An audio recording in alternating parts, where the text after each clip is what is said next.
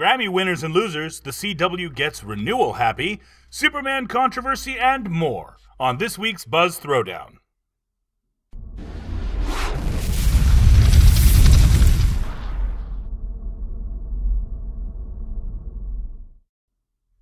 Hey there, and welcome to Buzz Throwdown. I'm your super sexy in a slim fit shirt host, Gavin Stone. And you wonder why we question your sexuality. Just say the word, Vivian, and I'll show you. There'll be no need to question anything. 2 words come to mind. Restraining order. Oh, you're not the only pseudo-celeb to put a restraining order on me.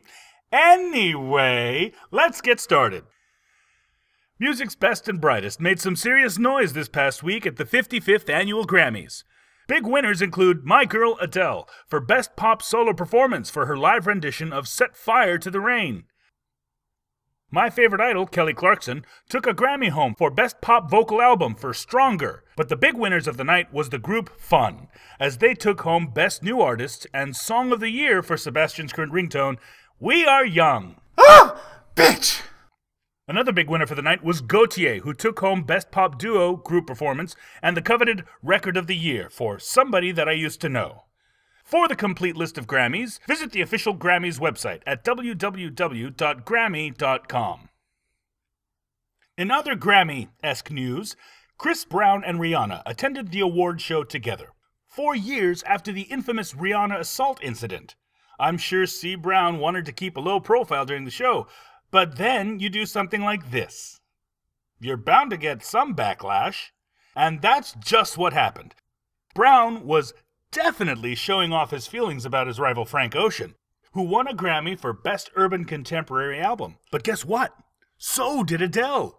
The British vocal powerhouse not only threw a dirty look at Brown, but she allegedly laid into him.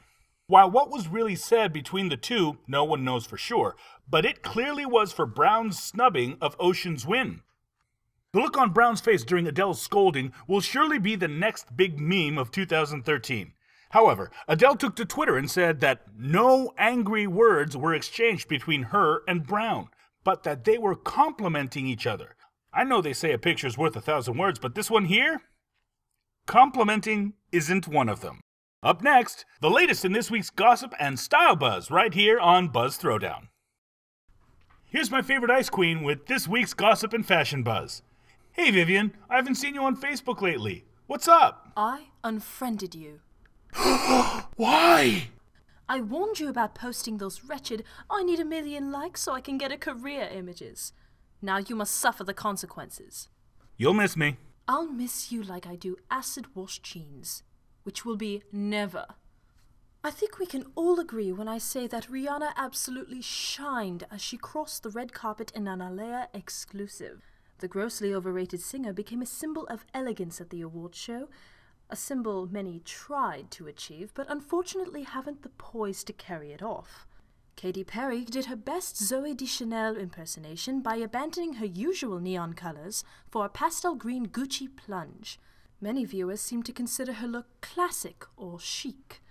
I, for one, am simply glad to be rid of that wretched cupcake bustier and technicolored hair. I could go on about this season's fashion faux pas, but there was one person who left everyone undecided.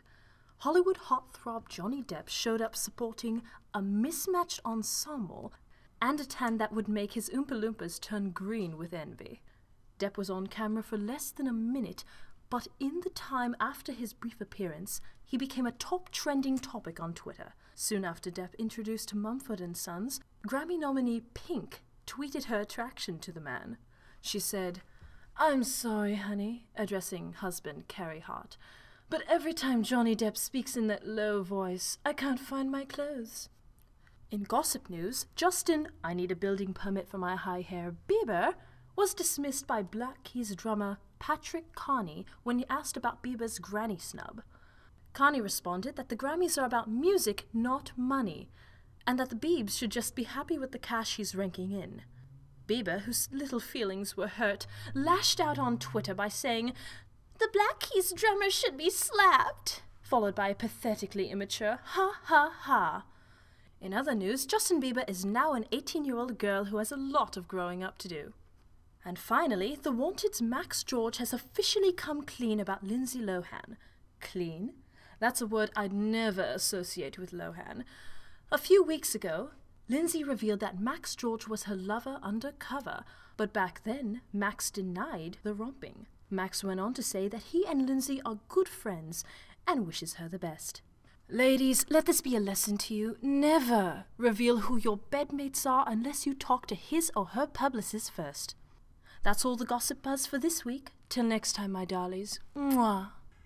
Now, here's my favorite pink shirt-wearing buddy, Buzz Throwdown's resident movie buff, Sebastian Masters. Aw, come on, buddy. You know I was kidding around with you about that We Are Young ringtone joke. Let's hug it out. I'd rather have Adele yell at you, maybe even a slap.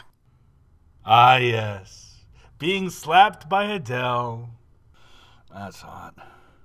Can you arrange that, Sebastian? I'll make sure she gets her shots first before she touches you. There's no telling what kind of diseases you're carrying. Greetings, Sebastian Masters here. Melissa McCarthy's new film, Identity Theft, came in first this week at the box office with nearly $35 million. Zany comedies that come out in February don't usually make that kind of money. McCarthy's on fire, and this proves she can carry a film. A zombie love story, Warm Bodies, is still holding its heat at number 2. Steven Soderbergh's Side Effects, wow, that's a lot of S's, opened in the number 3 spot with Oscar nominee Silver Lining Playbook and Hansel and Gretel following up the top 5. This weekend was the BAFTA Awards, which is the British equivalent of the Academy Awards. Once again, it was all about Argo.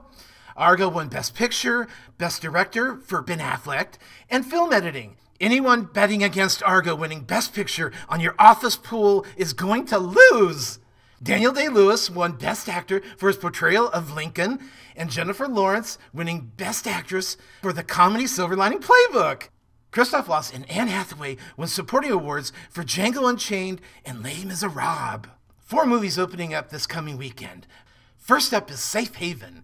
It's the latest genre from Nicholas Sparks, about a widower who meets a mysterious young woman when she comes to town. How many books has this guy written? And can someone make him stop? A Good Day to Die Hard brings Bruce Willis back to the big screen. I know Willis is only 58 years old, but I halfway expect to see his John McClane character in a wheelchair.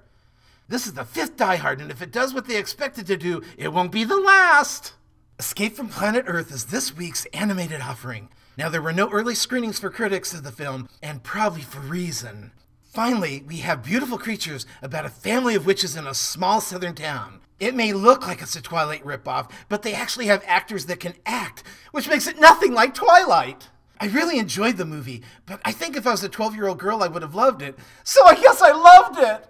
And finally, some breaking news! Ellen DeGeneres has confirmed that she will be reprising her adorably forgetful character Dory in the upcoming Finding Nemo 2!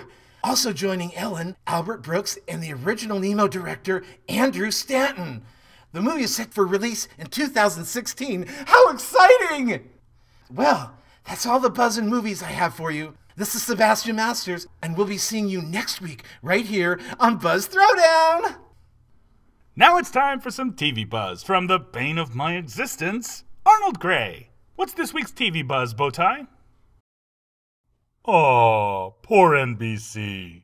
They can't seem to catch a break these days, canceling their Jekyll and Hyde knockoff Do No Harm after 2 episodes, distracting the public as Up All Night begins its death knell with Christina Applegate's sudden exit, and their news programs outperforming their creatives. This has got to be the most exciting freefall since the space jump. NBC's stable of shows are either struggling to find their mark, retooling, or signing off, and GE can't find the back door fast enough. I asked Comcast to comment on their plans to revitalize the struggling network, but they said they'd schedule a response between noon and 6 p.m. That may be a cheap joke, but it's still better than anything Leno has given us in the past 20 years. Hey, remember when AMC was that channel nobody watched because they only played black and white movies nobody remembered? Now they're a full-fledged network, complete with internal strife and odd programming choices. AMC's behind-the-scenes drama has Hell on Wheels losing their creative team, a delay in Mad Men's 5th season, Breaking Bad ending mid-season, The Walking Dead losing their showrunners twice, leaving the show's direction questionable. Oh, sure. They're one of the channels cementing basic cable as legitimate players in television content. But it seems they're running out of ideas and pushing anyone with half a brain off their roster. Hey, don't forget to tune in for their new offering, a competitive reality show featuring taxidermists. At least now, AMC execs can literally jump a shark. Netflix's latest entry in original content is the David Fincher-produced House of Cards, starring Kevin Spacey. Good luck at the Emmys, everybody else. Think The West Wing without the youthful exuberance and optimism. House of Cards shows Kevin Spacey being deliciously naughty, especially when breaking the fourth wall, and heads an all-star cast of talent. Spacey is vindictive, duplicitous, mean-spirited, downright nasty, with a smooth southern charm. It's a bit like watching Richard III, except you're going to be backing Spacey's Frank Underwood. In renewal news, the CW has renewed the surprisingly enjoyable Arrow, my guilty pleasure, The Vampire Diaries, and longest-running show on the network, Supernatural. The shows renewed, while announced quite early, are set to be the new anchors for the 2013-14 lineup. Still up in the air, the underwhelming Nikita, eye-gouging Heart of Dixie, and, why is this show still on, 90210. That's all I have to say this week. This is Arnold Gray for Buzz Throwdown. Back to you. Next up, my man with the slicked-up kicks, Chet Dis, with this week's Gaming Buzz. Hey Chet, what's up in the gaming biz? Thanks, G-Man. Sony has announced that Naughty Dog's upcoming post-apocalyptic PlayStation 3 exclusive, The Last of Us, has been delayed till June 14th. The game was set to drop on May 7th, but has now been pushed 5 weeks. The June 14th release date is worldwide. Naughty Dog issued a statement that was said they want to produce a high-quality game, not just for them to be proud of, but for the fans too. Good looking out, Naughty Dog! In other Sony-related news, the Sony event set for February 20th is said to be revealing the new PlayStation 4, and gamers can't wait, me being one of them. The alleged PS4 is set to focus on social gaming and key console upgrades. Stay tuned for more on the PS4 here on Buzz Throwdown. Injustice: Gods Among Us, the highly anticipated game for DC Comics, Warner Brothers Games, and NetherRealms, has launched the game's official website, and it's off the hook! For the next 10 weeks, the battle arena is open. 10 knockout, drag-out beatdowns between DC champs and baddies. The catch? The fans will vote for the winner. Check it out at www.injustice.com. Injustice: Gods Among Us drop on April 16th. Check it out. That's it from me. This is Chet Dis, and catch me next week on Buzz Throwdown. Calling all nerds! Calling all nerds! Time for this week's Tech Buzz by my favorite ginger, Bethel Blackwood. What's the word, Bethel? Again with the nerd, Gavin. We talked about this, man. I meant that with heart and respect. This week, Google Search updated their support for Google Now widgets, now adding information sources. You can also add the widget to your lock screen, as well as your home screen, and adds Fandango movie passes, Rotten Tomato ratings, and Zillow real estate listings. Check it out. A&E released their iPad streaming app for the iPhone this week. Now you can catch full episodes from Storage Wars to Pawn Stars, as well as some extra content. Jumping on the streaming app bandwagon, the History Channel and Lifetime have followed suit. You gotta love Brazil. Brazilian authorities have ruled in favor of Gradiente Electronica, a small handset manufacturer, in their trademark dispute with Apple. Back in 2000, Gradiente registered the name iPhone, 7 years before Apple landed in Brazil for manufacturing. Now the Android-powered Neo One has the right to use the word iPhone on their devices. But if you ask me, Neo One sounds cooler than iPhone. Just saying. Insiders say that Apple will likely appeal the decision, but if that gets shot down, I guess they'll have to license their flagship phone name. Classic. And this just in. Verizon's HTC Thunderbolt, the first LTE phone from Big Red, just got ice cream sandwich. I know. I felt the same way when I heard the news. Nothing. I'm going to rant for a minute here, so bear with me. Verizon, I loathe that you don't update your devices timely. I cringe when I hear that Google is releasing a new update. But it has to go through you first. Seriously, my Galaxy Nexus is 4 updates behind. If it wasn't for devs like CyanogenMod, AOKP, and others, I'd still be waiting for my Google goodness. While you guys are the best carrier I've ever had when it comes to coverage and data, you guys blow at making smartphone experience enjoyable. I have since left your service because of this and many other reasons, pricing being another one. You happily take your customers' money, but won't give them their updates. Get with it, Verizon. I'm putting you on my watch list. Okay, end of Rabbit Rant. Well, that's all that's worthy in Tech Buzz this week. This is Bethel Blackwood. Check me out again next week right here on Buzz Throwdown.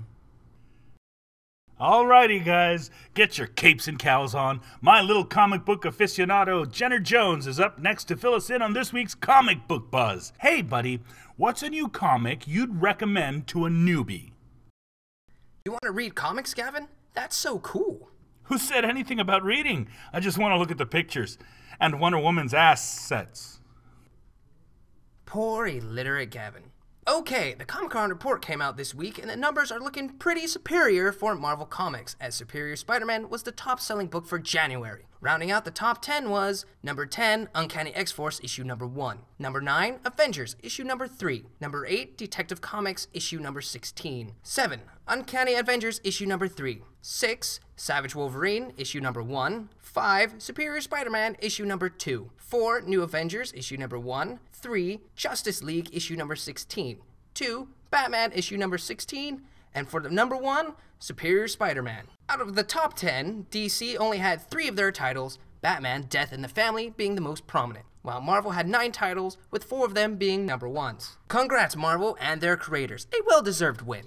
Now, the comic book world has been in a state of chaos, as DC announced the hiring of Orson Scott Card of Sci-Fi's Ender Games, who will be writing the Adventures of Superman series. Why, you ask? Well, Card is a very vocal member for the anti-gay National Organization of Marriage. DC readers are outraged that DC would hire someone who has such vocal views to write for a character who's supposed to be all about equality and justice for all. DC responded to the backlash by stating that they don't hire anyone based on their personal beliefs, because they are just that, personal. DC also goes on to say that Card's views are not those of DC Comics.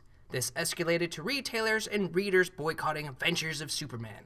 Here's my 2 cents. While I agree that no one should be excluded from the job offers based on one's personal beliefs, the company as a whole has an image and property to protect and to be respectful to, as well as a huge fan base to nurture. When making a job offer, make sure that an individual has good chemistry with its readers. Heck, give Card a crack at the Fearsome 5 Mini, but not a title where the lead character is supposed to be all-inclusive. Wow, we're a rather ranty bunch today, aren't we? So earlier this past week, Marvel Comics revealed their Free Comic Book Day goodness, a one-shot titled Free Comic Book Day 2013 Infinity, which features the main story written by Jonathan Hickman and illustrated by former Young Avengers artist Jim Cheung, along with the reprint of the first Thanos story, plus a sneak peek behind a major Marvel release that hasn't gone announced yet. The cover features Thanos peeping through a broken image of some of Marvel U's heroes. This major Marvel release is said to happen in August. Let the speculation begin. Mine is quite simple. A Marvel U reboot. And don't send me hate mail. The bottom line is, with a name like Infinity, clearly means the continuity is going to hit the proverbial gauntlet. You heard it here first. And finally, Batman issue number 17. I'm not going to spoil it, but I will say this. The book had me turning left to right to left again, then had me gasping through the beginning. Then, 3/4 into it, I became unreasonably enraged. The story build-up was excellent. Seeing Bats in a helpless position was superb, and the love the Bat family have for each other unquestionable. That said, I call shenanigans. The ending left me feeling underwhelmed and screaming at my iPad as I felt robbed, which is a feeling you should never have when reading a comic. Scott Snyder started the death of the family strong, and the tie-ins WTF worthy in a good way. But I have to say, he could have done better. The concept was brilliant. The follow-through, meh. Times infinity. Alright, fellow comic book dudes and dudettes, that's all I got for today. This is Jenner Jones, your comic book guy for Buzz Throwdown. Now, for the latest in music buzz, our very own Aria. Hey, Gavin, what are you doing for Valentine's Day? Oh, 'Cause I was wondering if you wanted to have drinks. I'm